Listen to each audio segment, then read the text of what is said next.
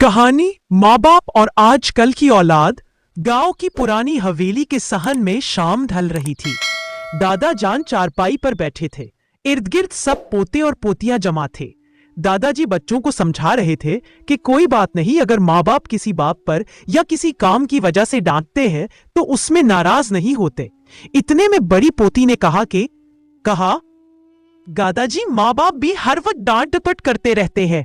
बड़ा पोता भी साथ देकर बोला, जी बिल्कुल, हमारे लिए क्या ही क्या है जो डांटते रहते हैं। पोती फिर बोली, आजकल तो सब कुछ आसान है, कपड़े भी बाजार से आ जाते हैं, खाने की चीजें भी मिल जाती है, इसमें हमारे वालिदैन का कमाल ही क्या है। और तो और, पोती ने हंसते हुए कहा, हाँ, अब तो पैसों से सब कुछ मिलता है, जिसके पास पैसे हैं वही सब कुछ कर लेता है। ये सुनकर दादा जान का चेहरा बुझ गया। उनकी आंखों में पुरानी यादों की परछाइयां तैरने लगी। कुछ लम्हे खामोश रहने के बाद उन्होंने भारी लहजे में कहा, बेटा, तुम्हें लगता है कि वालिदैन ने कुछ नहीं किया? तुम्हें जरा भी इल्म है कि हमने किस तरह जिंदगी गुजारी थी? आओ, आज मैं तुम्हें अपनी जिंदगी की झलक दिखाता हूं। सब बच्चे चौंक गए और दादा जान के गिर्द मजीद करीब हो गए। दादा जान ने कहा, हमारे वक्त में रुपए पैसे नहीं थे, लेकिन ज्यादातर जिंदगी लेन देन पर चलती थी। दूध वाला दूध के बदले बर्तन लेता। हम सब एक दूसरे पर इन्हिसार करते थे। एक दर्जी अगर कपड़ा सेता तो उसे 2 दिन लग जाते। वो दिन रात सुई धागे से टांके लगाता।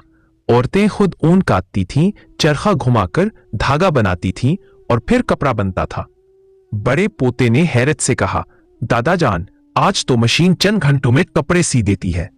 दादा जान मुस्कुराए, हाँ बेटा, लेकिन उस वक्त का हर टांका मेहनत और सब्र से जुड़ा होता था। दादा जान ने कहा, और देसी घी?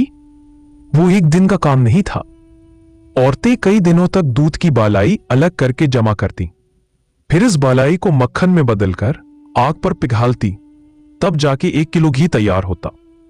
छोटी पोती ने हैरान होकर कहा, दादा जान, हम तो रोजाना मार्केट से घी की बोतल ले आते हैं। दादा जान ने गहरी सांस ली, हाँ बेटा, आज आसानियां हैं, लेकिन उस वक्त हर निवाला पसीने की कमाई का होता था, इसलिए लोग खाने की बेकदरी नहीं करते थे। दादा जान की आंखों में पुरानी तस्वीरें उभरी। जब कोई बीमार होता तो पूरा गांव उसकी अयादत को आता।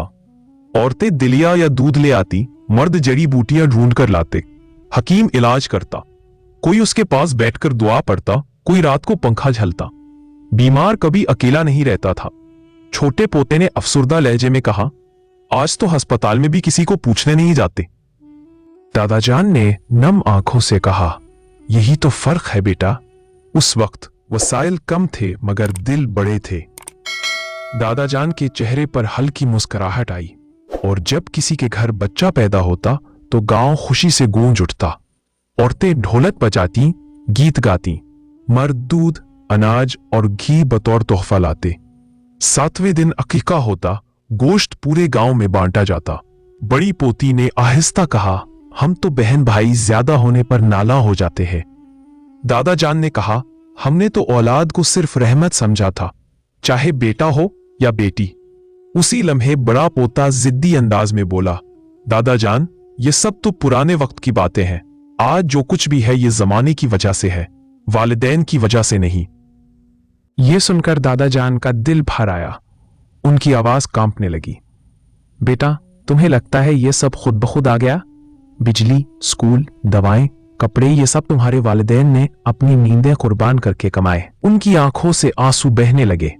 हमने भूख बर्दाश्त की ताकि तुम्हारे सामने प्लेट कभी खाली ना हो। तुम्हारे वालिद खेतों में पसीना बहाते रहे ताकि तुम स्कूल जा सको। तुम्हारी माएं रात भर जागती रही ताकि तुम आराम से सो सको। उन्होंने भरा हुआ लहजा इख्तियार किया, और आज तुम कहते हो कि वालिदैन ने क्या ही किया है। सुबह में मुकम्मल खामोशी छा गई। सब पोते पोतियां नजरें झुकाकर बैठ गए।